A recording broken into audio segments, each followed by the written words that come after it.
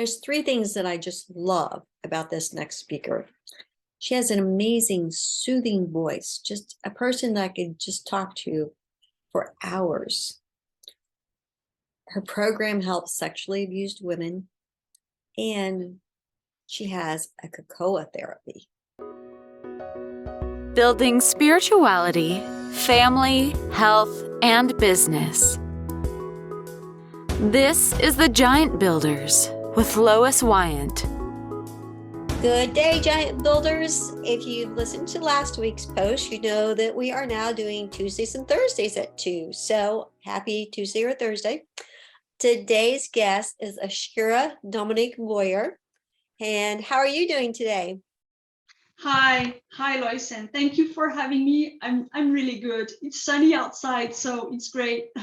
Oh, good. A little chilly here, but we're getting ready for that season. So please tell our listeners what you do. I'm a healer. I like to say I'm a holistic healer, although I'm a certified psychologist and kinesiologist and flower essence practitioner. And I could go on with the list like that.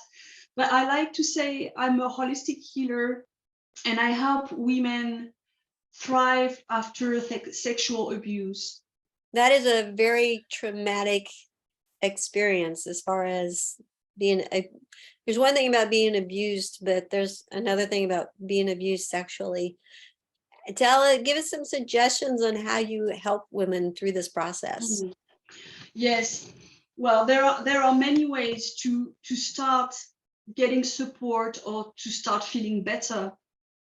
The way I do is I use sensuality in a non-sexual way to help women go back to their body, reconnect with their body, and reconnect with their joy and pleasure.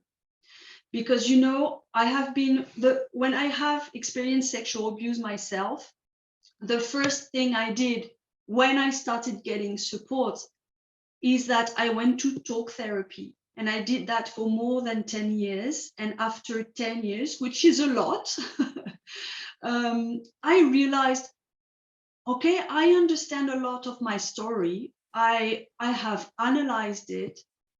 I still don't feel the joy I want to feel. And I still don't like my life, and I don't like myself. So what do I do now? And I changed therapy to go to body-mind based alternative modalities, and that's why I feel it's really important to go there and not just stay in the head. I think that there are a lot of people out there who feel that way about themselves as far as unhappy, even if they weren't abused. So what is something that we need to change mentally to put us back into a happier position? You mean when we have experienced abuse or other kind of traumatic experience, I guess? Either, yes. Yeah. I think one of the main issues that we tend to be trapped in, most of us actually, is staying in our head. I think our society and the way we are how do you say that, educated, does not really teach us how to present ourselves and how to present our feelings and emotions. So when we feel something uncomfortable, we just want to push it away as fast as possible, and we want to experience pleasure, and like instant pleasure. So we tend to stay in our head because that's much safer in some way.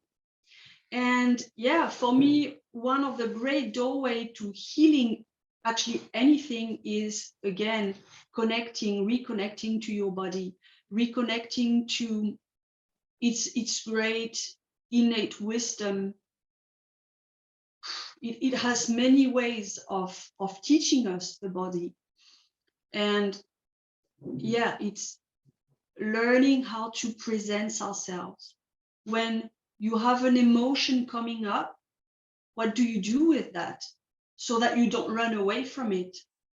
and how can you use it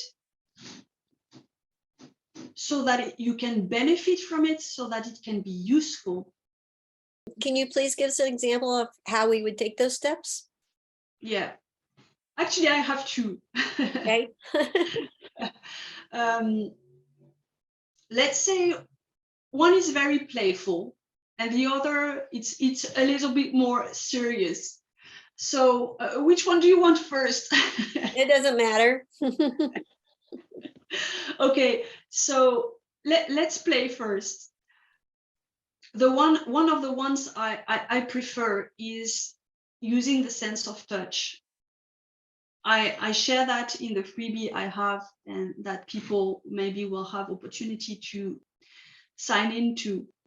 One of the things that really helped me to start reconnecting to my body in a safe way was when I was going for walks in nature, I started stroking, caressing, touching the green foam in the forest. And simply the sensation, being present with the sensation of the foam on my hand, on the palm of my hand, on the tip of my fingers, I could feel how it was making me feel alive, how it was making me feel. It's very sensual. I mean, nature is very sensual in itself. And this simple gesture has been one of the doorways that helped me reconnect to my senses. So my first advice, very easy to implement anytime, is to start touching again. Not touching another body, but touching nature, touching, for example, you can touch a very soft piece of cloth if that is soothing for you. When I used to have a chocolate brand, so I was making chocolate at some point in my life, and when you cook, you touch. When you make bread, when you make a cake, you touch the dough, and that's very sensual. And presencing that, being with the physical sensations, is a really easy, safe, great tool to start reconnecting to your body. And then if you want to go a little bit further, you can start to touch yourself, again, in a non-sexual way, but simply touching your hands or touching your face, stroking, caressing your face, or caressing your chest where your heart is. It's so nurturing and soothing. It's really, really healing.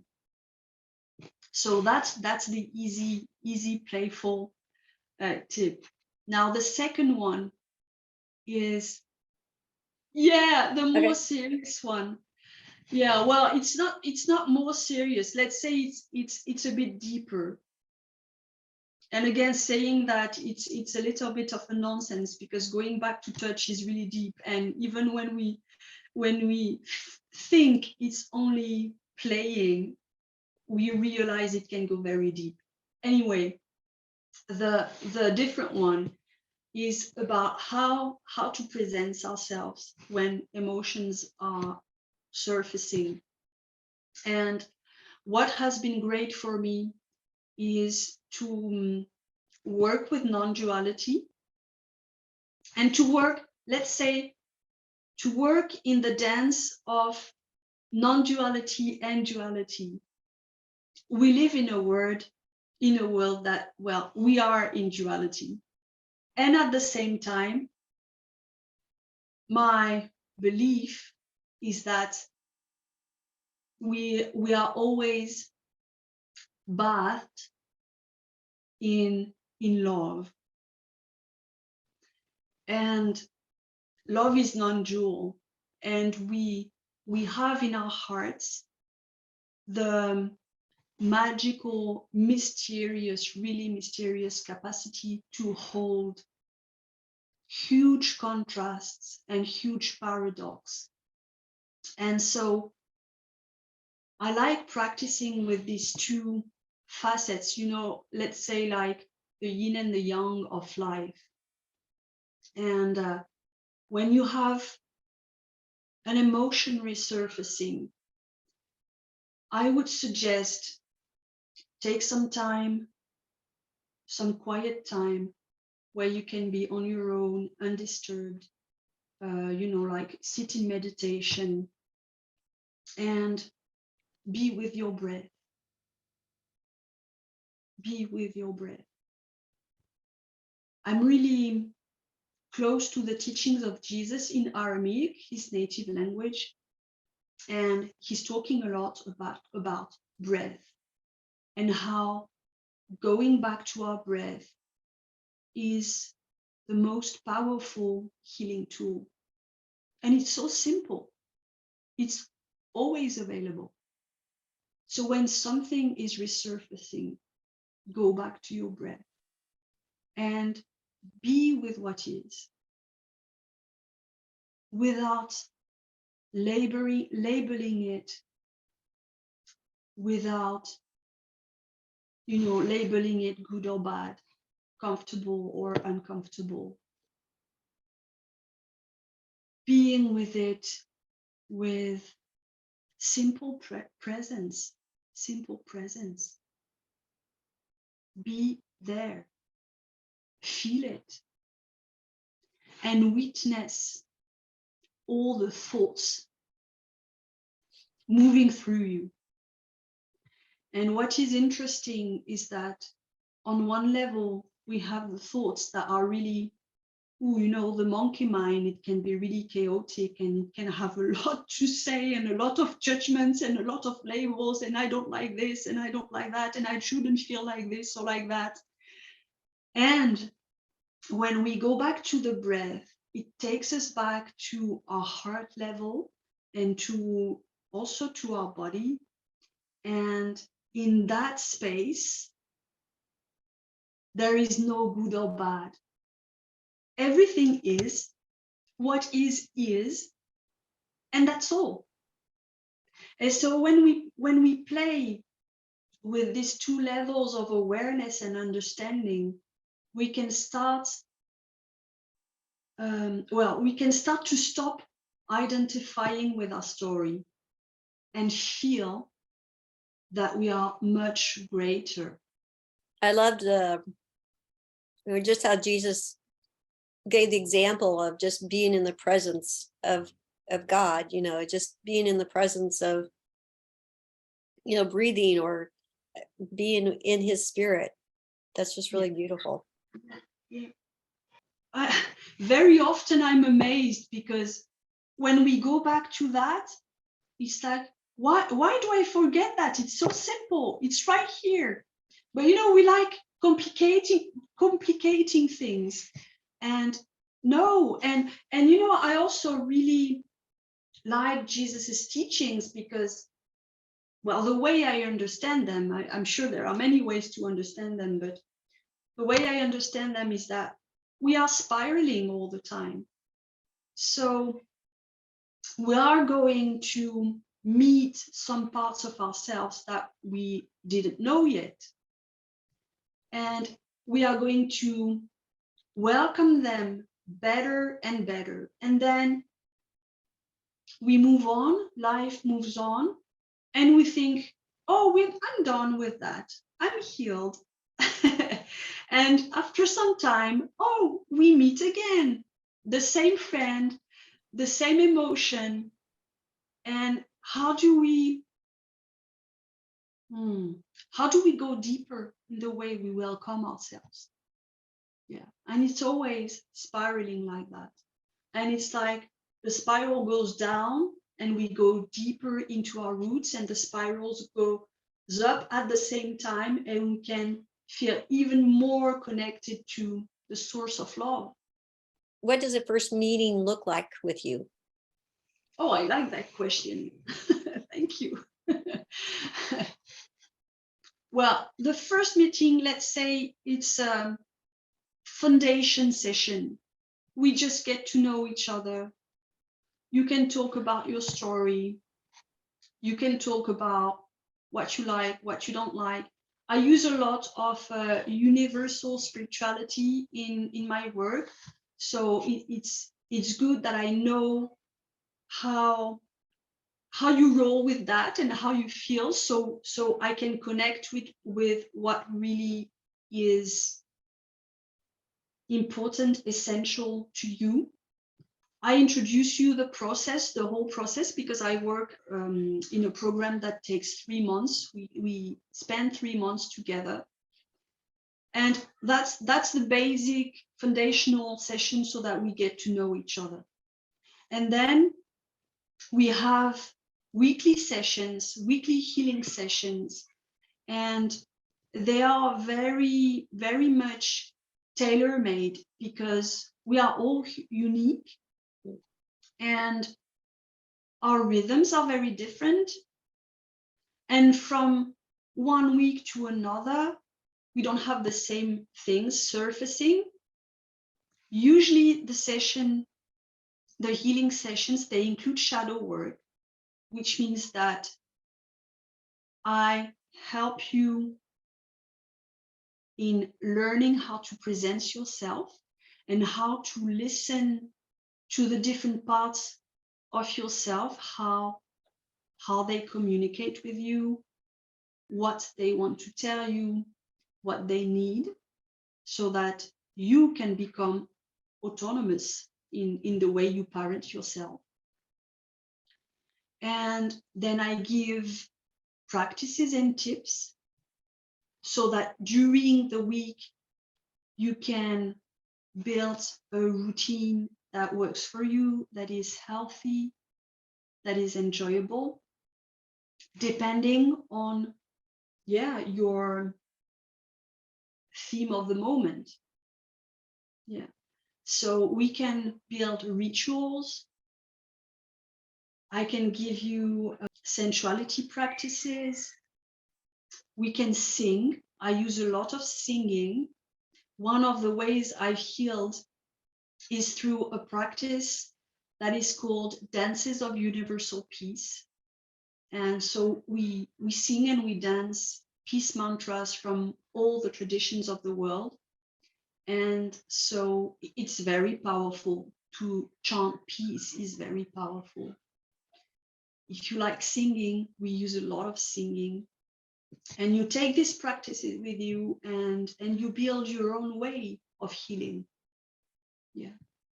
I do definitely agree that singing and dancing, my husband can tell if I've had a really bad day, because I'll come in and I'll turn on our Google, maybe to, like, one of my favorite songs is Jericho, and and I'll just sing really loud with that song. So I think that really makes a big difference. So I think that's really true. Definitely. The voice, it's our vibration. It's speaking out, expressing ourselves. If we add movements to that, it's great, because again, we tend to fix things in our head, and we tend to block things. And when we bring movements, everything can start, circulating again, and life can start bubbling again. Yeah. It's just something about singing and moving that you just kind of this is me anyway, I kind of feel more of God inside of me. Yes, sure. I mean, we are the hands of God. So if we don't do anything with our hands, it's or with our bodies. So earlier you mentioned something about chocolate, and of course anybody who says chocolate catches my attention. So can you expand on that a little more? Yeah, I love that part of my journey. It's very funny how things went. I had a break of being a therapist for some time, because I felt I needed some rest of that, and I needed to heal some more things before I could help again. So I felt into was what was aligned for me. And you know, when we experience trauma, be it abuse or any other kind of trauma, very often one of the consequences can be distorted, unstable relationship with food. So that's been my case. And I've been struggling with that for decades, actually. And I thought to myself, well, I love food. How could I use this love in a healthy way? So I decided to create a raw chocolate brand. And I did that for 10 years. And it's been very interesting because cacao in itself is a sacred medicine. Maybe you have heard about cacao or cocoa. We say cocoa in English, I think. Yeah, so cocoa ceremonies. Oh, I've never heard of that. About that, it's great. Okay. So I started to make raw chocolate, and well, I was in contact with that great medicine of cocoa, and it helped. It was a real meditation to work with that smooth, silky texture. It was a real deep meditation. But what is interesting is that cocoa is a sacred medicine. It's a sacred plant, and it has been used for centuries in South America to open the heart. The medicine of cacao, I use it in my program. So I send women a box that they receive in their mail, and inside that box there is some chocolate, well, some cocoa, and we do a cocoa ceremony together on Zoom. And so we set an intention, and we drink the cocoa, we prepare the beverage, we drink the cocoa, and we let the magic unfold. And this medicine is absolutely beautiful. Cocoa, there's a nice story. It is said that the spirit of cocoa said one day, long time ago, when the people of the world will be so disconnected from themselves, I will come out and I will come to help them. And oh, that brings emotion to me all the time, because this cocoa is really beautiful. It is a plant that has a beautiful balance of sacred masculine and sacred feminine energy. And it helps you open your heart and at the same time feel very contained and held. So when you ask the cocoa a question, or you set an intention for healing, then the plant gives you answers. When you meditate with it, the plant gives you answers. You can get the answers during the ceremony, but you can get the answers in the night after with your dreams. And it's a really healing tool, because when we experience traumatic things, we close ourselves, which is a natural response and which is very, let's say, normal, and that it's a protective mechanism that has really saved us, so we can be thankful for that. And in the present moment, we don't need to stay closed. So we can use tools to learn how to open again. You know, there's Rumi, he's a Sufi poet from the 13th century. He says, it's not his very precise words, I don't remember his quote, but it's along those lines. In order to feel loved, you don't have to do anything. You just have to close the umbrella you're constantly having above your head, preventing you from feeling all the blessings you're constantly receiving. So that's what we learn to do. We close our umbrella and we open. That's a beautiful viewing. How do people get in touch with you? Okay, different ways. I have a freebie that people can experiment. Okay. It's a freebie focused on sensuality and how to reconnect, to start reconnecting to your senses in a safe way. So it's a series of 7. Well, it's a series of videos, short videos where I share practices, and so that women can start feeling into the way I work. It's one doorway. All right, we'll have that link below, Giant Builders, so watch for that. Yeah, great, thank you. And otherwise, they can book a 45-minute call with me. And during this 45-minute session, we're going to discuss what the issue is, what are the difficulties of the moment, and how it could be possible for me to help them if it matches. That's a way to meet each other and to feel our presence. They can connect to me on Facebook as well, on my personal page. Yeah. All right. We'll have those links below too. Great. Well, any closing thoughts? One, remember that you are always swimming in the ocean of love, even when you don't see it. Very pretty. It's always there. Well, thank you so much. I really appreciated all your wisdom, and just the peace just comes talking to you. Thank you. Thank you. It was great talking to you. All right. All right, Giant Builders. We'll see you next week. Thank you for listening. This has been The Giant Builders with Lois Wyant.